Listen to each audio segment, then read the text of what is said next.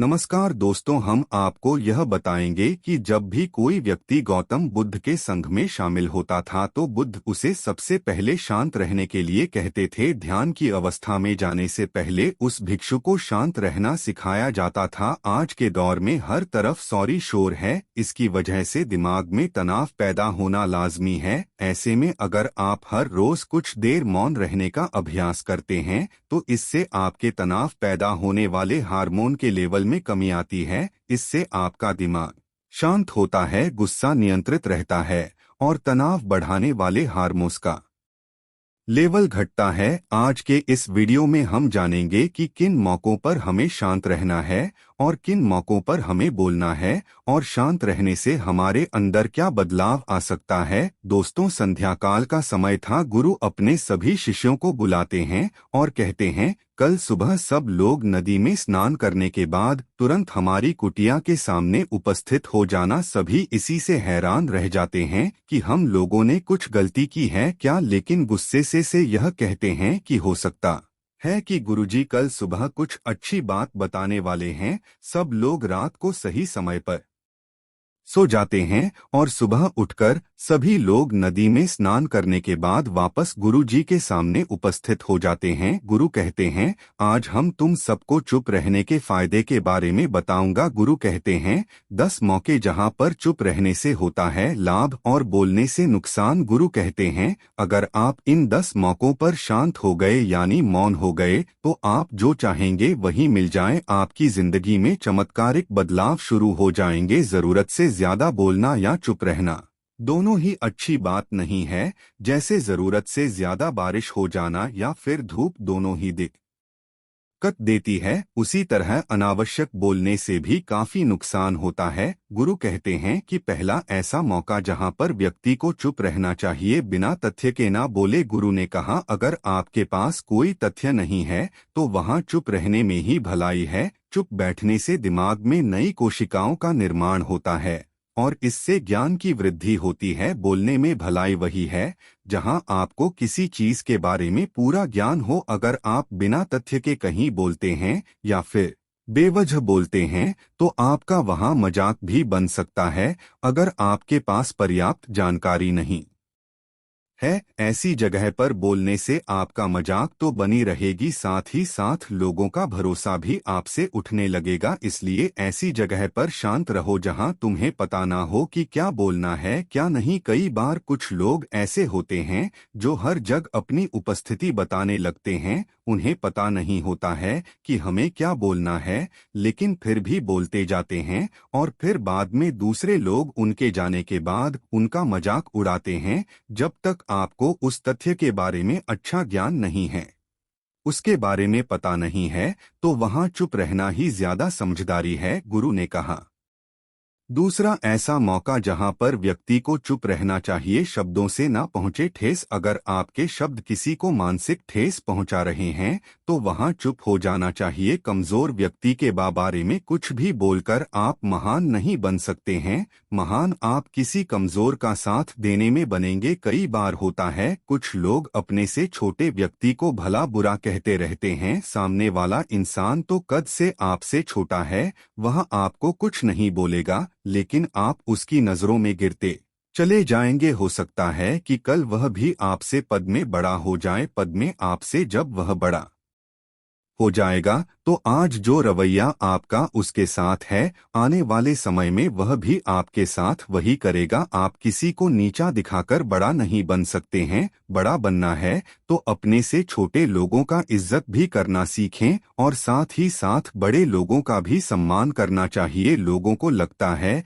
कि अगर वह अकड़ कर बोलेंगे और सामने वाले को नीचा गिराने की कोशिश करेंगे तो वह बड़े बन जाएंगे, तो यह उन सब की भूल है। बड़े होने की बजाय आप उनकी नजरों में गिरते चले जाएंगे। गुरु ने आगे कहा, इसलिए शिष्यों, तुम सब जब भी बोलना आदर भाव से बोलना ताकि तुम्हारी बात लोगों को अच्छी लगे। बोलने में भाई बहन, माता पिता, मित्र इत्यादि संबोधन शब्दों का इस्तेमाल जरूर करना। इससे तुम्हारी मान प्रतिष्ठा तो बढ़ेगी ही साथ लोगों की नजरों में तुम समझदार व्यक्ति बनते जाओगे। गुरु ने आगे कहा, तीसरा मौका जहां पर व्यक्ति को चुप रहने में ही भलाई है, क्रोध या घृणा करने वाले लोग, जब कोई अपना या सगा संबंधी आप पर क्रोध कर रहा हो, आपका अपमान कर रहा हो, तो आपको उस वक्त चुप रहना चाहिए ताकि सामने वाले का गुब्बारा पूरी तरह से फट जाए। आप यदि सही हैं तो उसे कतई माफी ना मांगे और चुप रहकर कि सही समय का इंतजार करें। वह खुद आपसे माफी मांग लेगा जब उसे अपनी गलती का एहसास हो जाएगा। गुरु आगे कहते हैं कि अगर आपका कोई सगा संबंधी आप पर क्रोध कर रहा हो और आप उस समय शांत हैं, तो यह आदर सम्मान देने की निशानी होती है। इससे ना कोई छोटा होता है और ना ही बड़ा। अगर आपको क्रोध आ रहा है तो आप या तो वहां से किसी का अनादर किए बिना चले जाएं या फिर चुप रहे। क्रोध करने से आपके रिश्ते खराब होंगे। क्रोध करने से हमेशा क्रोध करने वाले व्यक्ति का ही बुरा होता है। गुरु आगे कहते हैं कि एक बार की बात है, एक सांप जंगल से भागते हुए किसी राजा के घर में पहुंच गया। लोगों ने छेड़खानी की तो वह बहुत ही गुस्सा हो गया, जिससे घर में जो तलवार पड़ी हुई थी उसी को लपेटकर कसने लगा और धीरे धीरे उसका पूरा शरीर कट गया। ठीक उसी प्रकार हमारा गुस्सा भी हमारे शरीर को तलवार की भांति काटता रहता। गुस्सा ध्यान से खत्म होता है। प्रतिदिन अगर आप ध्यान की मुद्रा में बैठे हैं तो आपका गुस्सा आपके नियंत्रण में रहेगा। गुरु आगे कहते हैं कि यह तरीका है कि आप प्रतिदिन ध्यान का अभ्यास करें। इससे आपके शरीर में जो हार्मोन्स गुस्से को बढ़ावा देते हैं वह सब तुम्हारे नियंत्रण में रहेंगे, जिससे शरीर गुस्से पर आसानी तुम्हारा से काबू पा लेगा। लेकिन एक तरीका यह भी है कि जब भी आपको गुस्सा आए तो आप यह समझने का प्रयास करो कि क्या मेरा गुस्सा जायज है या नहीं, हमें वहां पर बोलना चाहिए कि नहीं। जब आप खुद इस बात का आकलन लगा पाएंगे तो आपको खुद पता चल जाएगा कि हमें गुस्सा करना चाहिए या नहीं। फिर भी आपको गुस्सा आ रहा है तो आप वहां से हटने का प्रयास करें, वहां से दूर चले जाएं। धीरे धीरे समय के साथ आपका दिमाग शांत हो जाएगा। गुरु ने कहा, चौथा ऐसा मौका जहां पर इंसान को बहुत ही समझदारी के साथ काम लेना चाहिए, वहां पर आपको चुप रहना ही चाहिए जहां पर उस मुद्दे से आपका कोई संबंध ना हो। अगर आपका किसी मुद्दे से कोई संबंध ना हो तो वहां आपका चुप रहना बनता है, बिना किसी वजह। अगर आप दूसरे के मुद्दे पर बोलेंगे तो यह आपके लिए अनिष्टकारी होगा। इसमें केवल और केवल आपका ही नुकसान है। जल्द ही आप किसी दो लोगों के बीच हो रहे विवाद में जल्दी अपनी टांग न डाले। अगर सामने वाला आपको बुला रहा है अपना झगड़ा शांत करवाने के लिए तो ही आप वहां पर जाएं। किसी की व्यक्तिगत जिंदगी में दखल अंदाजी नहीं देनी चाहिए जब तक कि वह व्यक्ति आपको नहीं बुलाता है अपने झगड़े को शांत करवाने के लिए। कुछ लोग फालतू में दूसरे के विवाद में कूद पड़ते हैं, इससे उनके मान सम्मान मर्यादा पर लोग उंगली उठाने लगते हैं।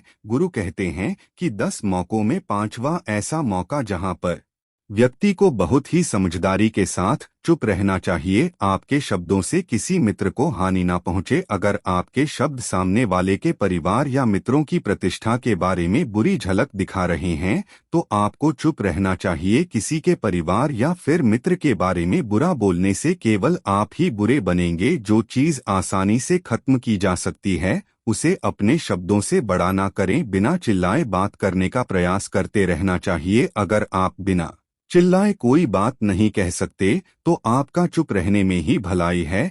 किसी पर चिल्लाने से आपके व्यवहार के बारे में पता चलता है। ज्यादा बोलने से चीजें हमेशा खराब ही होती हैं। कई बार कुछ रिश्ते ज्यादा तेज बोलने की वजह से टूट जाते हैं, इसलिए अपनी आवाज में मीठापुर ना हो। मजाक को भी हमेशा शब्दों के मायने में ही रखें। जहां किसी को शब्दों से चोट लगे वहां चुप हो जाएं। ज्यादा बोलने से हमेशा नुकसान ही होता है। किसी और की प्रतिष्ठा को अपने शब्दों के माध्यम से उसे हानि नहीं पहुंचा चाहिए। यदि आपके शब्दों से किसी और की प्रतिष्ठा को ठेस पहुंच रही है तो वहां आपको चुप हो जाना चाहिए। जब कोई व्यक्ति आपके सामने नहीं है तो आप उस व्यक्ति के बारे में बुरे शब्द किसी तीसरे व्यक्ति के सामने ना बोले। गुरु कहते हैं छठा मौका जहां पर व्यक्ति को चुप रहना चाहिए जब कोई कर रहा हो किसी की बुराई। जब कोई आदमी आपके सामने किसी तीसरे आदमी की बुराई कर रहा हो तब तुम्हें चुप रहकर बस सुनना चाहिए, अपनी व्यक्त नहीं करना चाहिए, क्योंकि जो आज आपके सामने किसी तीसरे की बुराई कर रहा है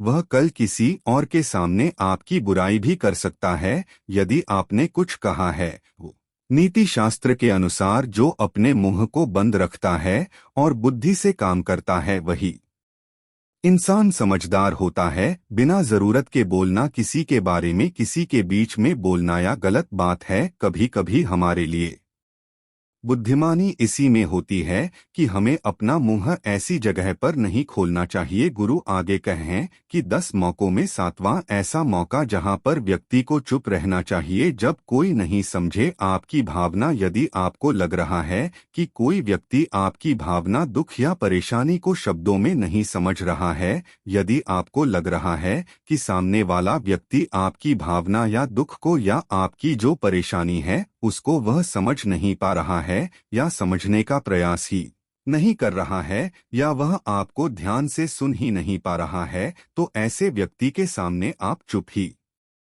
रहे, क्योंकि ऐसे लोगों को आपकी भावना या दुख से कोई मतलब नहीं होता है। ऐसे लोगों को अपना राज बताकर आप पछताएंगे ही बाद में। इसलिए हर किसी को अपने मन की बात नहीं बतानी चाहिए। अगर आपको लग रहा है कि सामने वाला आपकी बात को नहीं समझ पा रहा है, आपकी भावनाओं को नहीं समझ पा रहा है, तो वहां पर आपको नहीं बोलना चाहिए, क्योंकि आज में आपका मजाक ही बन जाएगा। जब आपको लगने लगे कि सामने वाला आपकी भावनाओं को ठीक तरीके से समझ रहा है, आप जो कह रहे हैं वह ठीक से सुन रहा है, तभी आप उसे अपने बात कहे। गुरु कहते हैं कि 8वां मौका जहां पर आपको चुप रहना चाहिए जब कोई इंसान अपना दुख व्यक्त करे। यदि कोई इंसान अपने दुख या परेशानी को आपको बता रहा है तो इसका मतलब यह है कि वह आपको अपना समझ रहा है। ऐसे में तुरंत ही उसे समाधान बताने के बजाय चुप रहकर उसके दुख या समस्या को सुने। उसके दुख या समस्या को किसी और को ना बताएं। वह इसलिए नहीं बता रहा है